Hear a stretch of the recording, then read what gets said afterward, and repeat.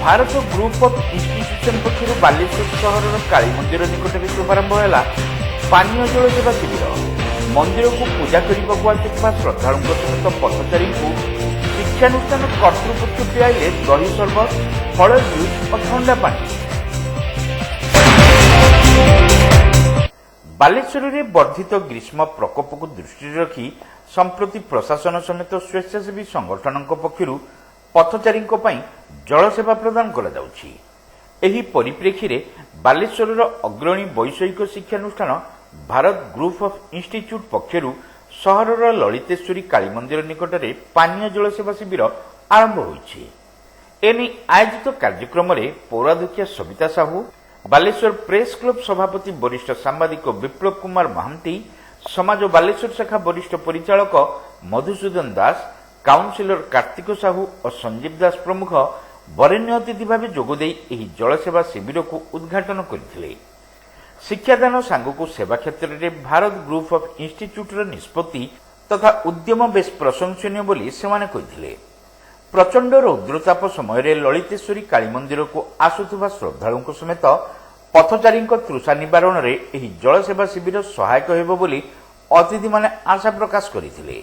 बालेश्वर वर्तमान temperature 42 degree छुईलाणी, तेणु ये जो भारत इंस्टीट्यूशन जल छत्र खोली मु अनेक अनेक धन्यवाद दूची। कहीं ये जो गरम होउची, जो बाट मैंने जाउछंती रास्तार जो जाउछंती सेमानकु पानीय जल किंबा दही शरबत देई सेमानक केमती तृषा मेंटेइबा तार होउछ मुख्य उद्देश्य। कहीं ये जो गरम पड़लाणी माने असंभव गरम पड़लाणी, तेणु सफिशिएंट विभिन्न जगह आमर आवश्यक करिया आवश्यक। आम पौरांचल म्युनिसिपालिटी 18-19 जगह आम बालेश्वर करिछु। आउ एई भारत इंस्टीट्यूशन ग्रुप रो समस्त सदस्यों को मैं धन्यवाद दूची। एई भली गोटे जनहितकर काम करिसथि, लोक मानक पई सेवारे गोटे काम करिसथि।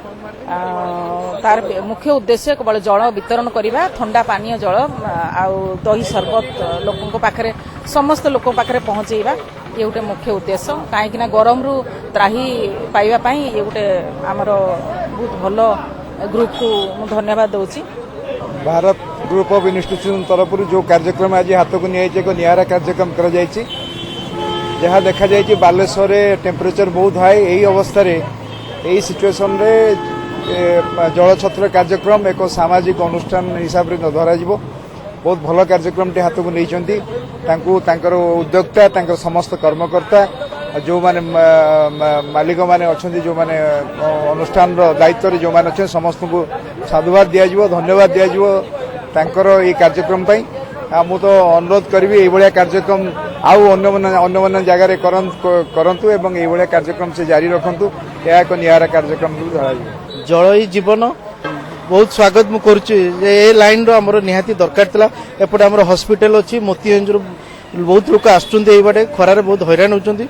आ कॉलेज को धन्यवाद देमी ए पूरी पदक्षेप नैचंती। प्रथम वर्ष एटा प्रति वर्ष एमती करंतु। आ आज दही शरबत आ ठंडा पानी दैचंती, सेति पई मु कॉलेज तरफ धन्यवाद। आ जनसाधारण बहुत भलरे पी की जाउचंती। अनुष्ठान परिचालना ट्रस्ट चेयरमैन डॉक्टर श्रीमान श्रीचंदन शिविर आयोजन आभिमुख्य संपर्क में सूचना देते।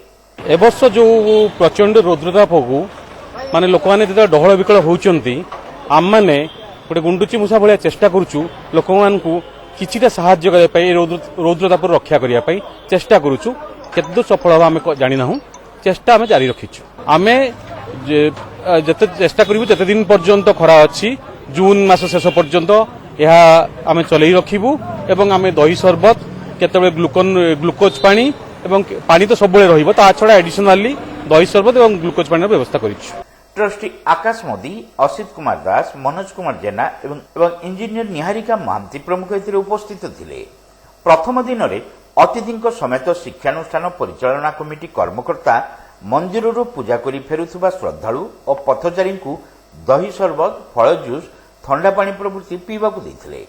डॉक्टर शेख ग्यासुद्दीन, डॉक्टर प्रदीप गिरी, शुभलक्ष्मी साहू, देवव्रत साहू, सुब्रत बेहेरा, सुभाषित दास, दिलीप दास, सुगुप्ता काद्री प्रमुख शिक्षानुष्ठान कर्मचारी समेत हरिकृष्ण बिंधाणी और अन्य छात्र छात्री माने ଏହି ଜଳସେବା ଶିବିର ପରିଚାଳନାରେ ସକ୍ରିୟ ସହଯୋଗ କରିଥିଲେ। ଆସନ୍ତା ଜୁନ୍ ମାସ ଶେଷ ପର୍ଯ୍ୟନ୍ତ ଏହି ଜଳସେବା ଶିବିର ଜାରି ରହିବ ବୋଲି ଅନୁଷ୍ଠାନ ପକ୍ଷରୁ ସୂଚନା ଦିଆଯାଇଛି।